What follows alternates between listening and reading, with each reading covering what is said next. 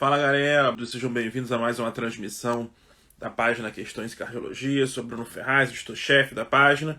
Hoje a gente vai bater um papo sobre insuficiência cardíaca no consultório, no ambulatório.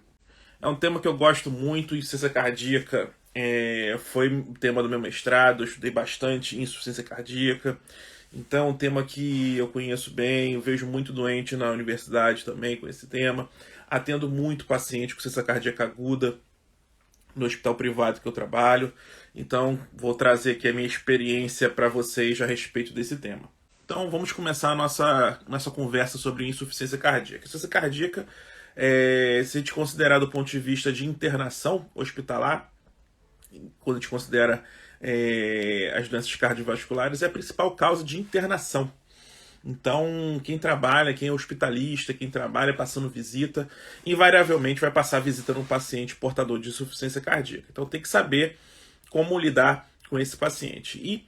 E uma coisa muito importante, que insuficiência cardíaca, em geral, a gente só faz o diagnóstico quando o paciente ele está na fase sintomática, né? Então, o paciente, quando ele gera algum tipo de dano cardíaco, às vezes o paciente ele fica por longos períodos sem nenhum tipo de sintoma, e aí sim, quando esses mecanismos fisiopatológicos de compensação não conseguem mais segurar a onda, o paciente desenvolve a parte sintomática. E a parte sintomática inicial geralmente é relacionada ao quê? A presença de congestão pulmonar. O paciente ele apresenta elevação das pressões de enchimento de ventrículo esquerdo, e esse enchimento, esse aumento das pressões de enchimento. Então, a partir do momento que a gente identifica um paciente, tem um mecanismo fisiopatológico, que o paciente tem aquela fase inicial de mecanismos compensatórios. Porque digamos o seguinte, imagine o seguinte cenário: o paciente ele infartou, ele fez o dano miocárdico, né? Então ele perdeu aquela quantidade de células. Não necessariamente no infarto o paciente vai ter sintoma de insuficiência cardíaca. O paciente ele vai desenvolver, com o passar do tempo, ele vai desenvolver a sintomatologia de insuficiência cardíaca, principalmente se ele não se tratar. Às vezes o paciente ele pode ter feito um evento silencioso, um evento isquêmico silencioso, e o paciente fez um dano miocárdico, não usou nenhum tipo de medicamentos, aí você começa a ativar sistema renina-angiotensina-aldosterona, você começa a ativar sistema simpático, que eles vão segurando a sintomatologia por um período. Chega um momento que o sistema compensatório não consegue mais segurar. O que acontece? O paciente desenvolve toda a sintomatologia.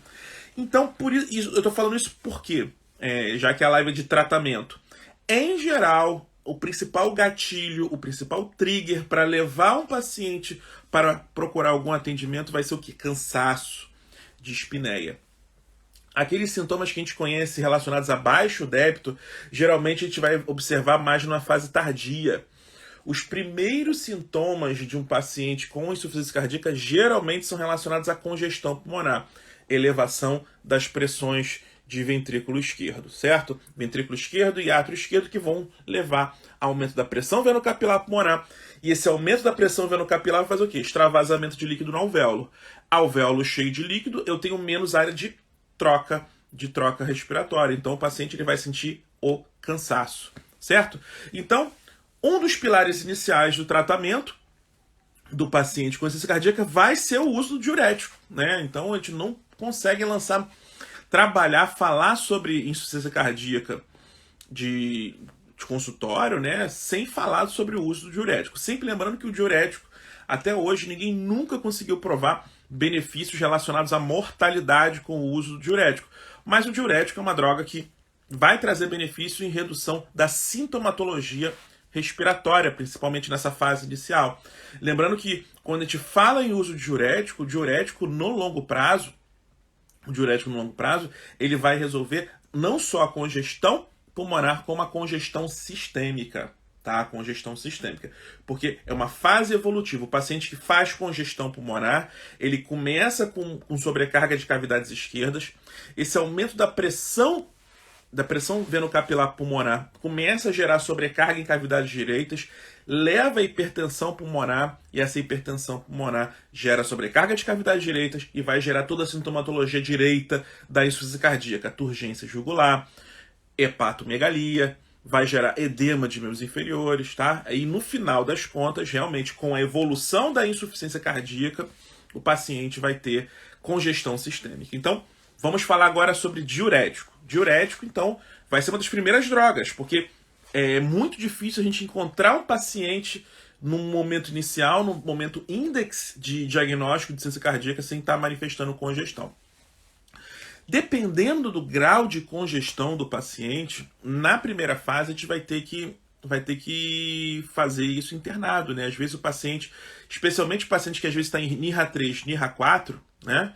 O paciente que está numa fase mais avançada de sintomatologia, eu vou ter que internar esse paciente para compensá-lo. Já no paciente que tem um cansaço menos importante, né? Num doente que não tem manifestação, por exemplo, de sinais de congestão sistêmica, dá para você iniciar o tratamento com medicação oral e com reavaliações periódicas mais próximas. E nesse caso, a gente vai sempre começar com furosemida. Furosemida é a droga de escolha, é o diurético que trata a congestão tanto pulmonar como congestão sistêmica. E a dose é muito relativa, né? Porque lembrando o seguinte, a furosemida ela tem uma única missão. A missão da furosemida é enxugar o doente. Então, se o doente está muito úmido, se o doente está muito congesto, a gente tem que apertar mais na furosemida. E lembrando que quando o paciente tem sinais de congestão sistêmica, quando o paciente tem ascite, por exemplo, esse paciente provavelmente já tem edema de alça. O paciente que tem edema de alça, ele provavelmente não vai ter um bom aproveitamento do diurético oral. Por isso que eu falei, às vezes o paciente muito sintomático, dependendo do grau de congestão, você tem que internar o doente, e aí sim você vai ter que fazer diurético venoso, e com diurético venoso a gente vai conseguir resolver melhor essa congestão. Beleza? Então, primeiro pilar de tratamento vai ser o diurético, e a dose vai ser variável, porque vai ser de acordo com o grau de congestão, tá bom? E nunca, eu sempre, no início, o cardiologista geralmente ele é mais agressivo, porque o cansaço incomoda. O cansaço é um dos principais sintomas que vão incomodar o nosso paciente com insuficiência cardíaca. Então, para resolver cansaço, a gente tem que fazer diurético em dose alta. Então, a gente vai começar com diurético em dose mais elevada. Não é verdade? A gente começa com diurético em dose mais elevada e aí depois a gente vai reduzindo a dose do diurético, tá? Conforme o paciente vai melhorando os sintomas, geralmente dependendo do grau de congestão, a nova consulta vai ser daqui a uma semana, 15 dias, um mês. Depende muito do grau e da necessidade de reavaliação do paciente, tá? Então depende muito do grau de congestão inicial. Beleza? Outras drogas que eu tenho que considerar logo no início do diagnóstico da insuficiência cardíaca. Beta-bloqueador. Beta-bloqueador faz parte de um dos tratamentos iniciais mais importantes na insuficiência cardíaca. Sempre lembrando, fase descompensada não é o melhor momento para você começar o beta-bloqueador. Beta-bloqueador, você só vai começar se o paciente chegou muito congesto, você resolve a congestão primeiro, depois você começa o beta-bloqueador. Quando a congestão está na fase final de resolução ou já resolvida, você começa o beta-bloqueador. E sempre lembrando, não é qualquer beta-bloqueador que você pode utilizar na insuficiência cardíaca. Tem que utilizar ou bisoprolol, ou o succinato de metoprolol. Lembra o seguinte, succinal ele suga o edema. Succinato de metoprolol e o carvedilol. Tem também o nebivolol, só que o nebivolol, o único estudo que ele realizou em uma população com insuficiência cardíaca foi o estudo Seniors, que avaliou somente a população idosa, idade acima de 75 anos. Você pode considerar o uso do nebivolol para insuficiência cardíaca, mas só na população mais idosa. Beleza? No final das contas, a gente acaba não usando o nebivolol, porque como ele tem essa população mais restrita, a gente não utiliza de maneira rotineira nos nossos pacientes. A gente acaba utilizando os 3 que eu falei anteriormente. E aí, como é que a gente começa? A gente tem que ficar sempre de olho na frequência cardíaca e toda vez que a gente vai começar um medicamento, não só em cardiologia, não só em insuficiência cardíaca, tem que ficar atento aos principais efeitos colaterais. Beta-bloqueador, qual é o perigo do beta-bloqueador? O paciente pode fazer bloqueio, o paciente eu tenho que verificar se esse paciente tem algum grau de acometimento pulmonar, tem histórico de asma, DPOC.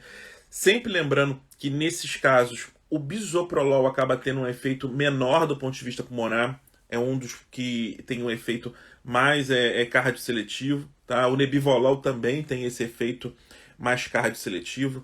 Lembrando que o carvedilol, ele tecnicamente não é considerado cardioseletivo, ele é considerado um beta-bloqueador com ação periférica, tá? Com ação periférica, porque ele tem efeito alfa também periférico, tá bom?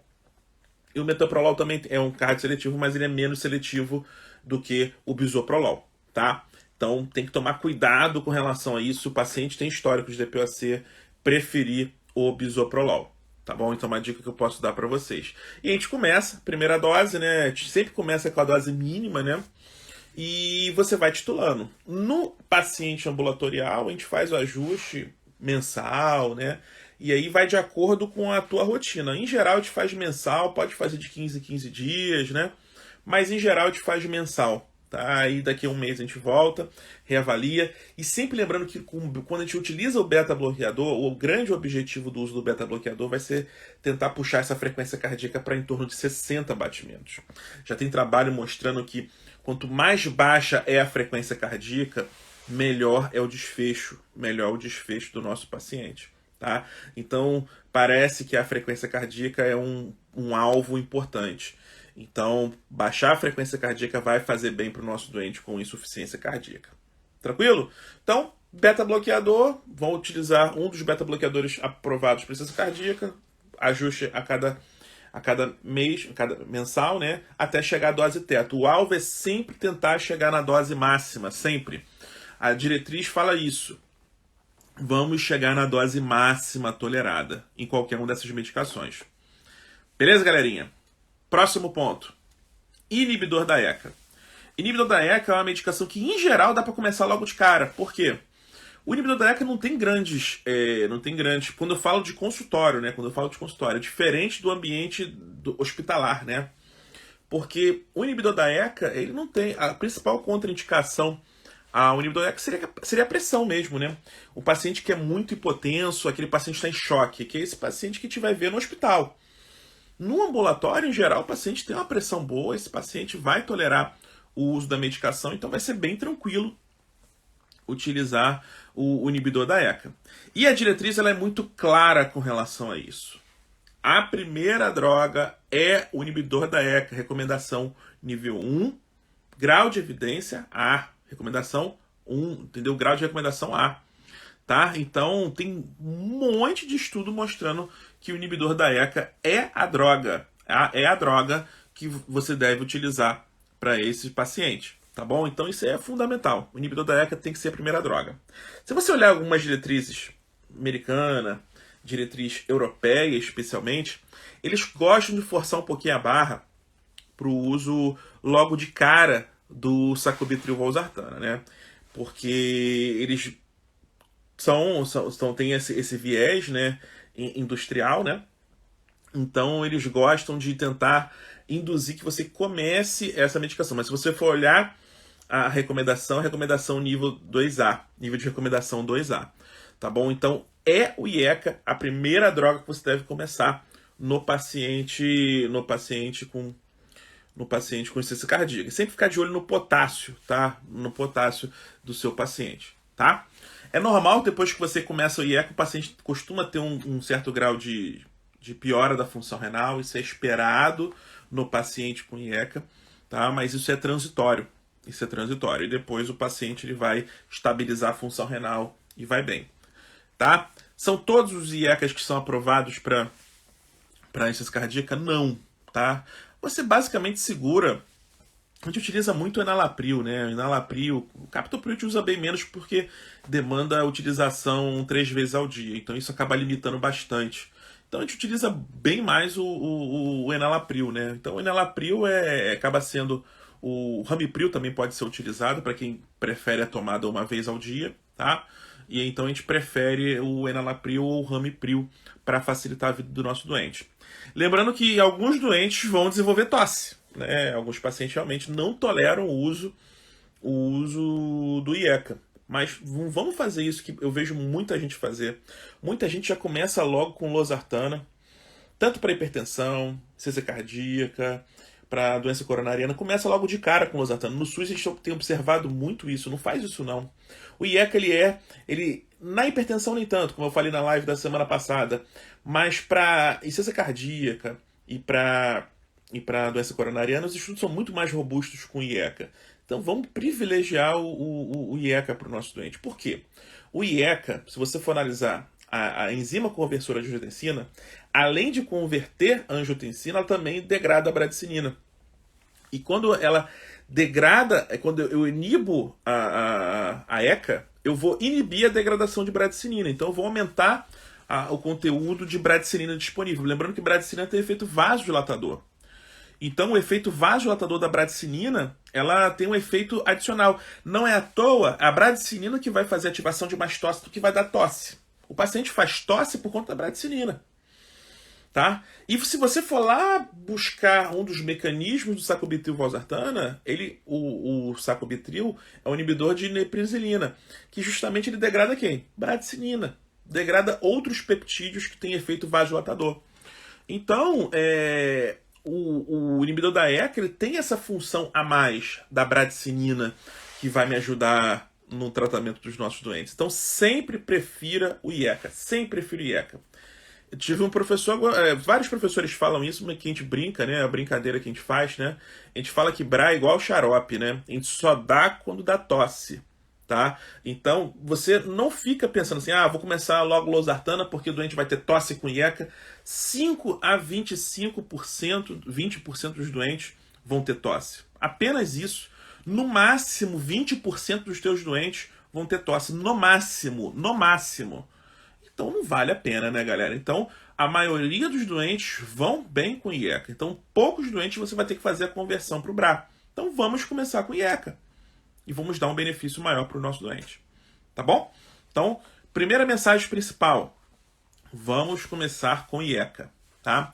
E assim como no paciente... E lembrando, IECA eu posso começar no paciente descompensado, tá?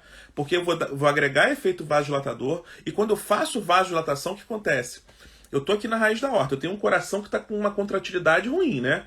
Eu tô falando para vocês de insuficiência cardíaca e fração de ejeção reduzida, tá, gente? Eu esqueci de dar esse detalhe, mas é assim que a gente trata IC com fração de ejeção reduzida. Então tem um coração que está com uma contratilidade ruim, né?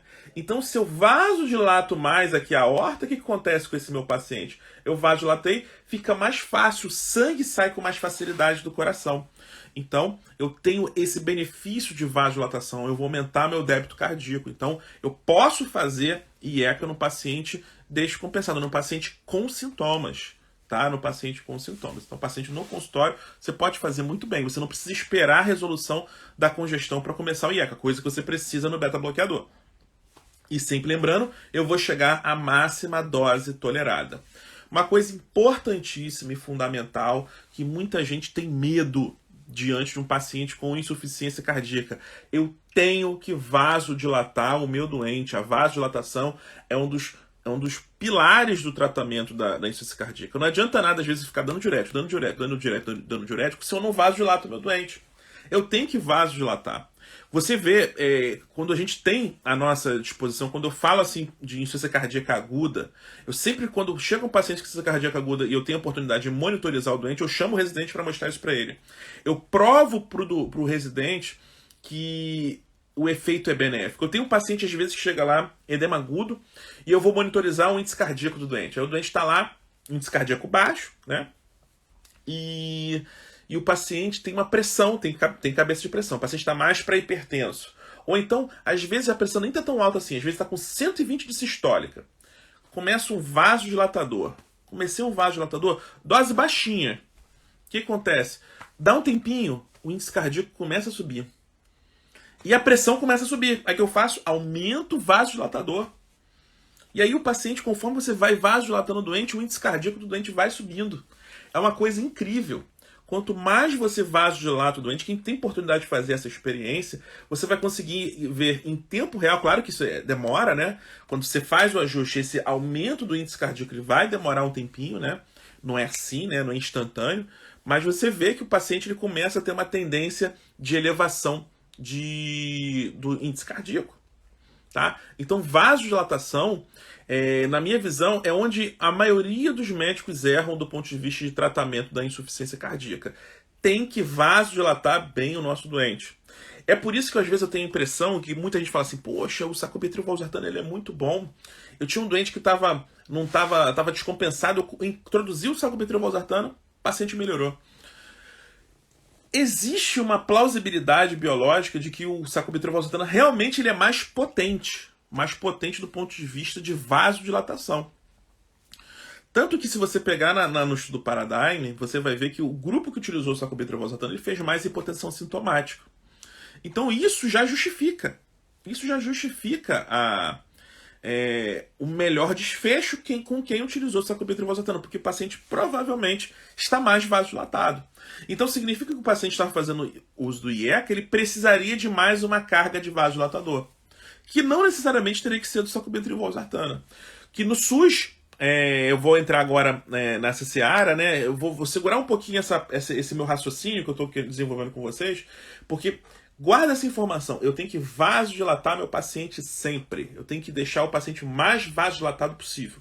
Guarda essa informação aqui agora comigo, tá? Por quê? Eu subi a dose do IECA, cheguei na dose máxima. Subi a dose do beta-bloqueador, cheguei na dose máxima. Qual é o próximo passo que eu tenho que fazer com esse meu paciente? O paciente continua sintomático. Se o paciente ficar assintomático, acabou. Deixei o paciente em NIRA 1, acabou. Não preciso fazer mais nada. Mas se o paciente com dose máxima de IECA, dose máxima de beta-bloqueador, continua sintomático, aí chegou uma hora de acrescentar mais uma droga, que nesse caso é a espironolactona, tá? A espironolactona na dose de 25 mg. E muita gente me pergunta, eu faço 50 mg de espironolactona, em qual situação que eu uso a espironolactona 50 mg? Você já usou a 50 mg de espironolactona? Vou falar que eu uso sim. Eu uso a dose de espironolactona mais elevada em pacientes que têm edema refratário, no paciente com insuficiência cardíaca mais grave, mais avançada, tá? Quando eu quero mexer mais nessa questão de manejo hídrico, eu trabalho mais com a espironolactona. No paciente que eu tenho um diagnóstico inicial, eu começo com 25, deixo 25 e observo a resposta. Porque lembrando que quando a gente vai para 50, a gente aumenta o risco de quê? De efeitos colaterais. O paciente ele pode fazer ginecomastia. O risco de hipercalemia aumenta, porque o paciente já está utilizando a medicação, o IECA, ele aumenta o potássio. Se eu chegar a 50 de espironolactona, geralmente o potássio chega lá nas alturas e isso limita meu uso da medicação. Então, não é todo doente que a gente vai conseguir chegar na dose de 50 mg de espironolactona. Então, começa a 25 e deixa 25 e observa como esse paciente vai responder à tua estratégia. E assim a gente fecha o tratamento tríplice inicial do paciente que chega para você com IC com fração de injeção reduzida. Eu vou fazer dose otimizada de beta-bloqueador, dose otimizada de inibidor da ECA e um antagonista da aldosterona. E sempre lembrando que o diurético ele fica ali manobrando congestão. E a qualquer momento eu posso fazer um ajuste diurético. Então, toda consulta você tem que reavaliar a quantidade de diurético que você está fornecendo para o seu paciente. Uma hora você tem que aumentar a dose de diurético, outra hora você tem que reduzir a dose de diurético e você vai trabalhando o diurético consulta a consulta, tá?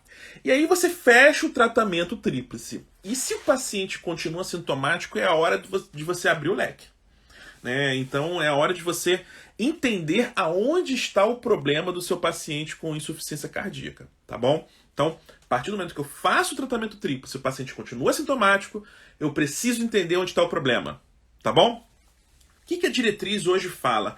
Tanto aí é uma coisa universal nas diretrizes.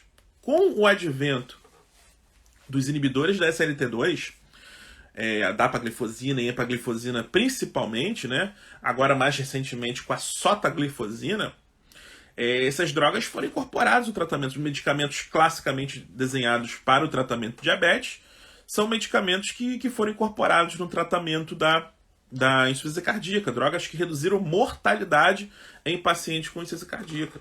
Então, Pelo desenho original do estudo, pelo desenho inicial do estudo, qual é a ideia?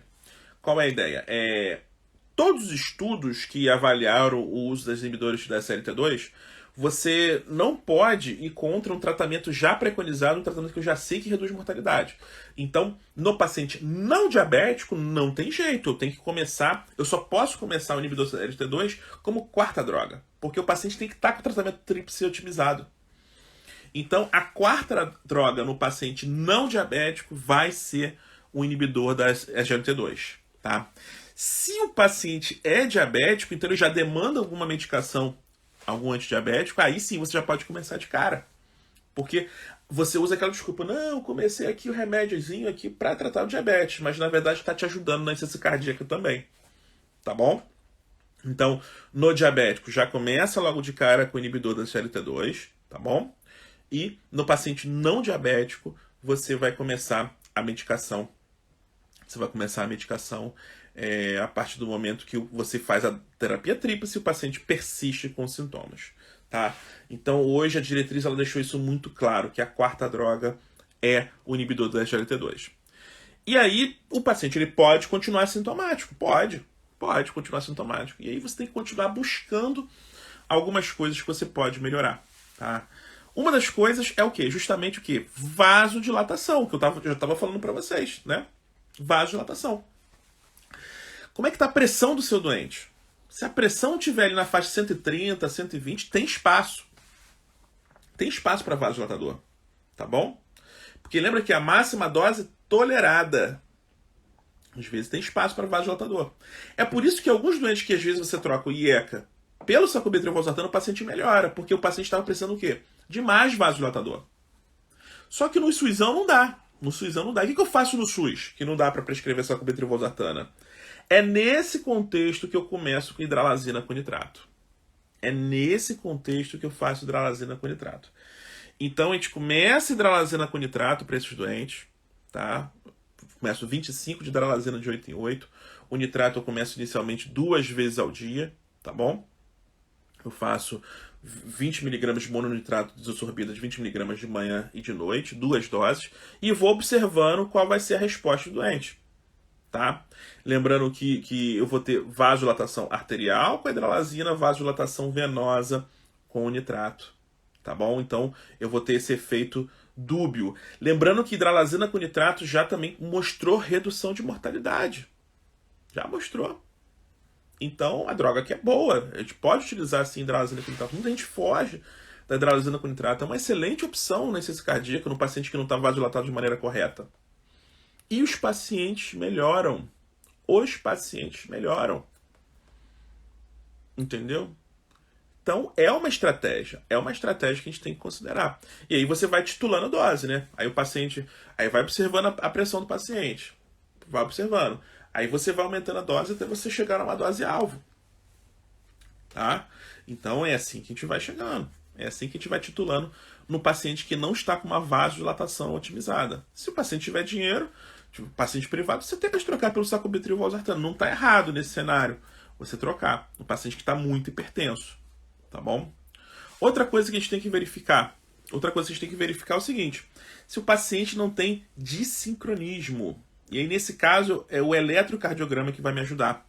Eu vou verificar se o paciente tem bloqueio de ramo. Porque quando o paciente tem bloqueio de ramo, pensa o seguinte. O paciente tem bloqueio de ramo direito e bloqueio de ramo esquerdo. Tá lá.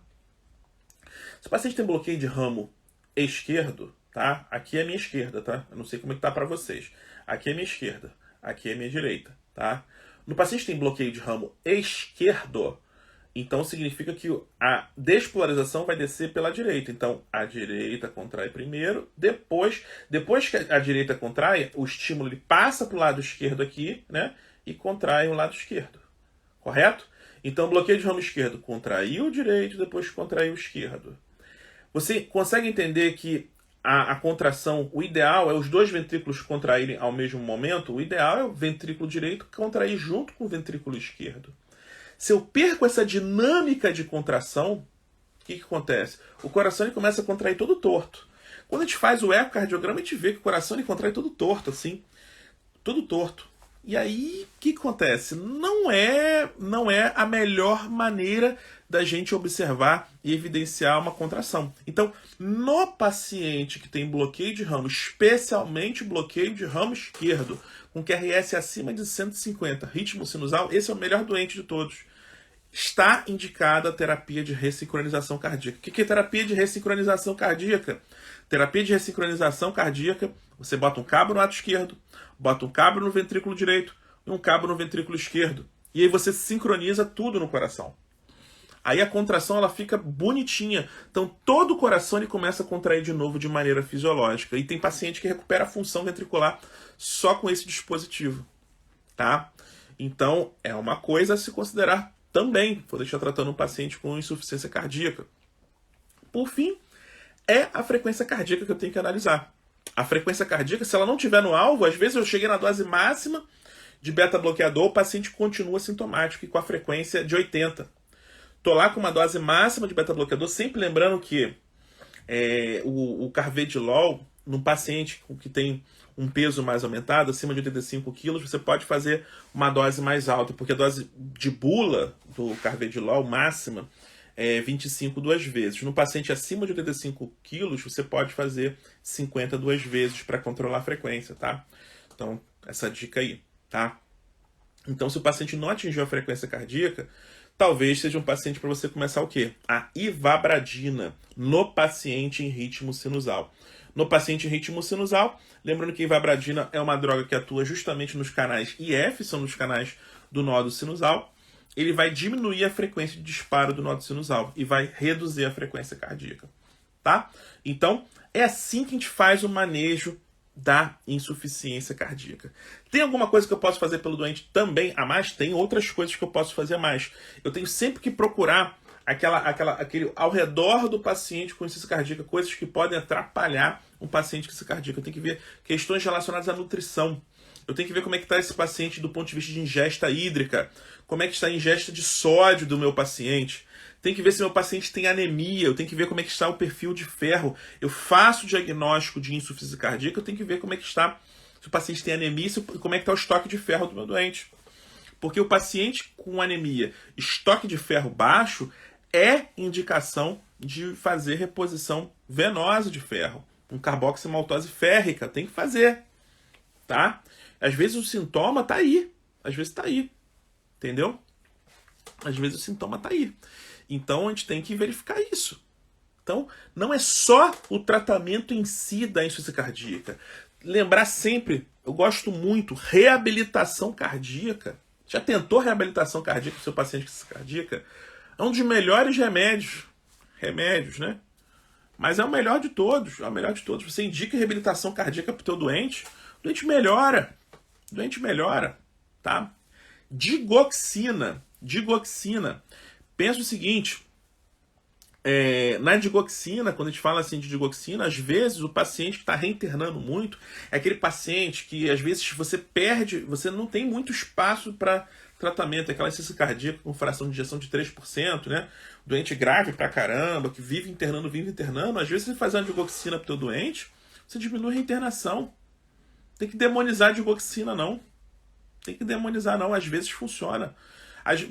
A função não é reduzir mortalidade. Às vezes só quer deixar o doente um pouquinho de tempo a mais em casa. É um paciente que já está evoluindo com insuficiência cardíaca terminal e você só quer trazer algum benefício para ele do ponto de vista de redução de internação. Não é verdade? Às vezes isso vale a pena. E outras drogas estão chegando aí. E aí, agora, estou falando só das drogas que já foram aprovadas, né?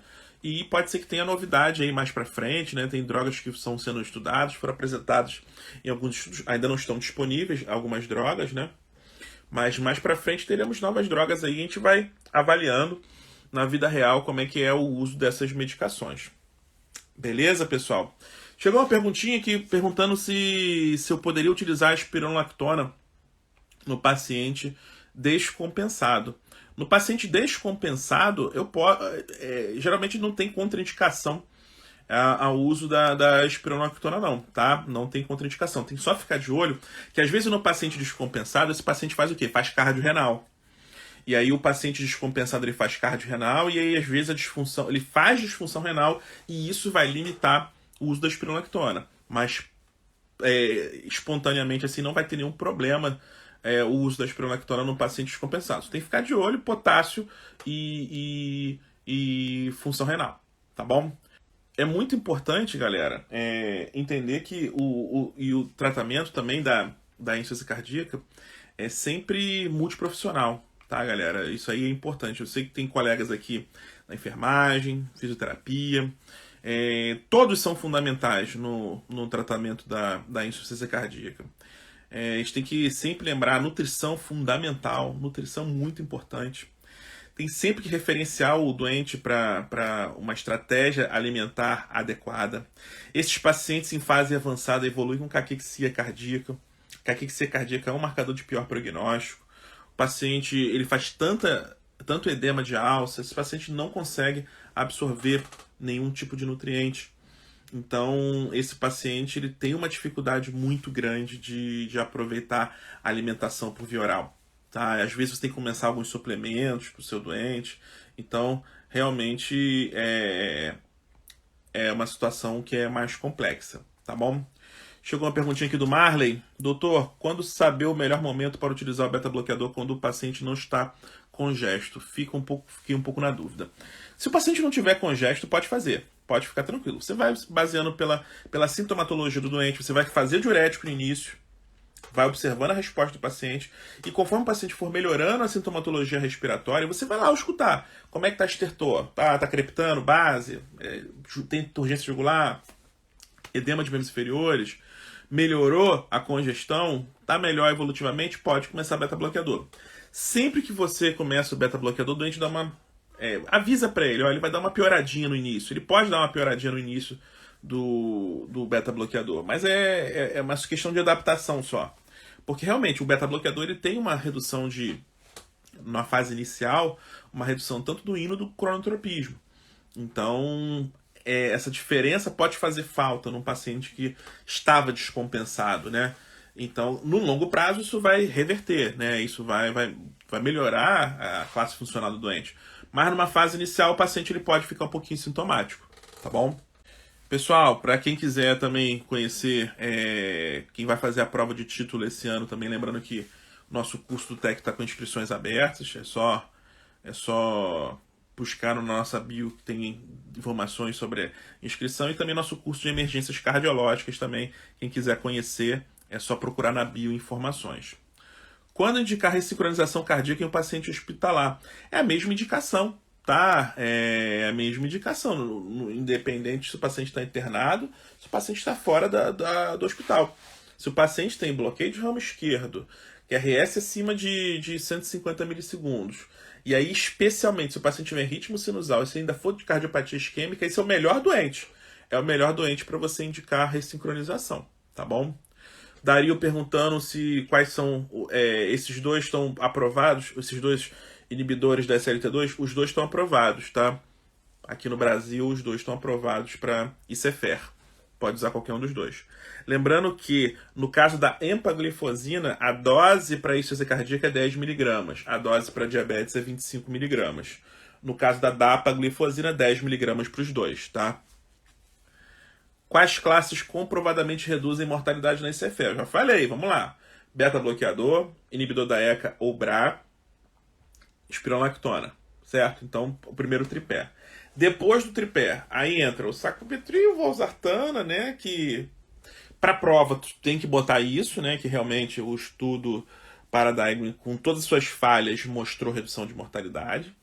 A ivabradina reduziu mortalidade, né? Reduziu mortalidade também naquele nicho, né?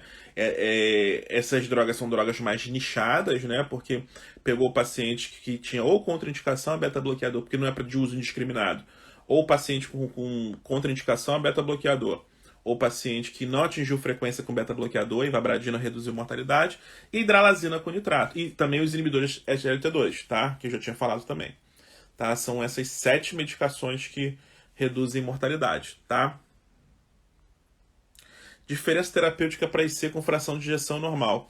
Na IC com fração de injeção normal a gente não tem nada, né? Infelizmente estão tentando trazer medicações aí com benefício para IC com fração de injeção normal, mas infelizmente a gente ainda não encontrou esse pote de ouro basicamente na IC com fração de ejeção normal. Lembrando que quando a gente fala de IC com fração de ejeção normal, os pacientes são bem heterogêneos, né? Então, talvez tenha que estudar alguns tipos específicos para a gente entender melhor a fisiopatologia e propor novas medicações. Na IC com fração de injeção normal, basicamente a gente vai controlar fatores de risco, né? Se o paciente é hipertenso, tratar a hipertensão, se é diabético, tratar diabetes. O paciente da fibrilação atrial controla a fibrilação atrial. Então é basicamente nesse cenário, controlar os fatores de risco dos nossos doentes, tá? Beta-bloqueador na ICFEP, a evidência, qual é a prescrição padrão da ICFEP? Beta-bloqueador na ICFEP, você pode prescrever na ICFEP em alguns cenários. Você não pode, como eu falei para vocês, a ICFEP, ela não pode ser, não tem um pacote fechado. Porque, por exemplo, o paciente da estenose aórtica, ele vai fazer ICFEP inicialmente. A primeira manifestação de C da estenose aórtica é ICFEP. Posso fazer beta-bloqueador nesse paciente? Não posso. Não posso. Né? Mas em contrapartida, por exemplo, o paciente da estenose mitral, que ele vai fazer uma IC também, né?